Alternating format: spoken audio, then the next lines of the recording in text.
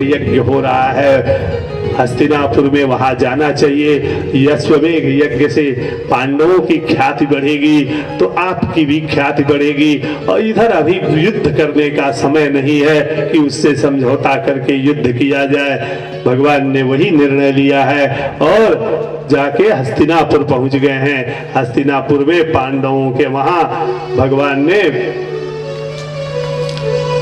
यश्वमेघ यज्ञ में प्रवेश किए हैं और वहां माया महल में दुर्योधन की कथा बताई गई है। देखो, माया मृग तृष्णा, तो वहां एक महल है, उसमें वहां भ्रम हो जाता है कि जहां पानी है वहां सूखा दिखाई देता है, जहां सूखा है वहां पानी दिखाई देता है। ऐसा मायावी महल है। हमको भी कभी हो जाता है, हम चलें तो लगता है कि वहां पानी है, लेकिन वो मृग मरीचिका है, माया महल है। उसी तरह बताया गया कि यह दुनिया जो महल है, माया रूपी शरीर रूपी, यह मृग मरीचिका है।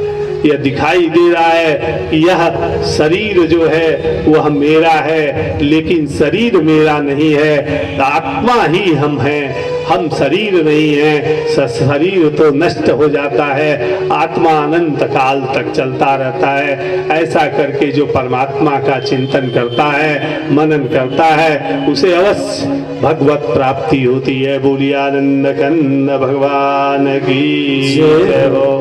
भगवान वहां पहुंचे हैं, वहां अग्र पूजा की बात चली है भगवान की, कि भीष्म पितामह जी ने कहा है कि जब पूजा की बात आई तो कहा कि भगवान कृष्ण की अग्र पूजा की जाए। इस पे जो शिशुपाल था वो भड़क गया, इनके बुआ का पुत्र था, कहा कि ये रणछोड़, ये भगोड़ा, ये ऐसा, ये वैसा, इसकी अग्र पूजा होगी। और अपनी बुआ से भगवान कृष्ण ने वादा किया था। जब शिशुपाल का जन्म हुआ तो उसकी 4 भुजा थी और ये आकाशवाणी हुई थी कि ये जिसके सामने जाएगा और 2 भुजा चली जाएगी वही इसकी हत्या करेगा। तो जब भगवान कृष्ण के सामने गई इनकी बुआ लेके, तो वो 2 हाथ कट गए। तो उन्होंने कहा कि ये कृष्ण ही इसको मारेगा, इसलिए कृष्ण से वचन ले लिया कि इसकी 100 गलतियों को माफ कर देना। भगवान कृष्ण गाली पर गाली सुन रहे हैं उस सभा में। शिशुपाल गाली देते जा रहा है, भगवान सुनते जा रहे हैं कि भाई भगवान कभी मर्यादा नहीं भंग किया।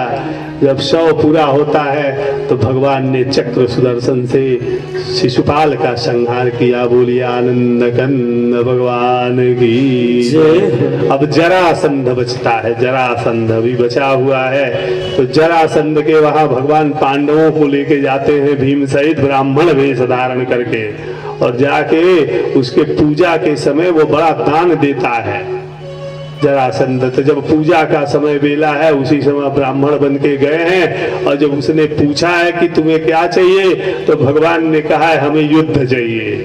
तो कहा अरे तुम ब्राह्मण और युद्ध की बात कर रहे हो। तब ये कहते हैं कि देखो ऐसे बस तू कहता है कि तू तो भगोड़ा है, तू तो रण छोड़ के भाग गया, रण छोड़ कहलाया, तुम्हारे साथ मैं युद्ध नहीं करूंगा।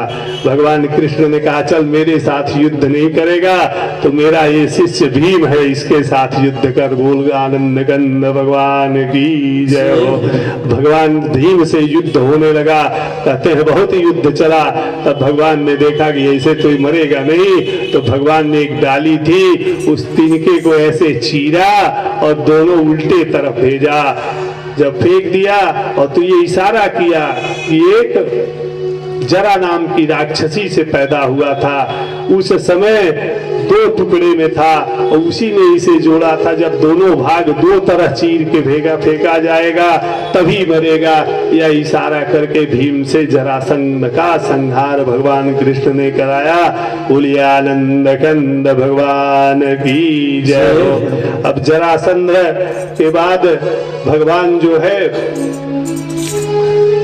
ये पता चलता है भगवान को हस्तिनापुर में धर्म युद्ध होने जा रहा है। गीता का पहला श्लोक धर्म क्षेत्रे कुरुक्षेत्रे समवेता युत्सवः मामका पांडवाश्चैव किम कुर्वत संजय। संजय से धृतराष्ट्र पूछ रहे हैं कि मैंने जो धर्म युद्ध हो रहा है उसमें मेरे और पांडु के पुत्र क्या कर रहे हैं। आगे संजय ने आंखों देखा हाल धृतराष्ट्र को युद्ध का सुनाया है। भगवान युद्ध में भाग लेते हैं, वहां युद्ध से पांडवों का साथ देते हैं और अपनी सेना को कौरवों की तरफ कर देते हैं। बोलिए आनंद कंद भगवान की जय। अब जब युद्ध की बात चली तभी बलराम जी तीर्थ यात्रा पे चले गए, वो किसी के तरफ युद्ध नहीं किए। भगवान बलराम जी ने कहा कि हम किसी के तरफ युद्ध नहीं करेंगे और वो तीर्थ यात्रा पर चले गए। इसी तरह विदुर जी भी चले गए हैं, वो भी युद्ध नहीं किए हैं, दो लोग युद्ध में भाग नहीं लिए। बोलिए आनंद कंद भगवान की जय हो। और श्री कृष्ण के इसके बाद श्रीमद् भागवत में सुदामा जी की कथा आती है, लेकिन हम सुदामा जी की कथा आप लोगों को लास्ट में सुनाएंगे, क्योंकि शोर शराबा हो जाएगा, उसके बाद हम लोग विघ्न हो जाएगा। तो आगे की कथा सुनिए, फिर हम आपको सुदामा जी की कथा सुनाएंगे। बोलिए आनंद कंद भगवान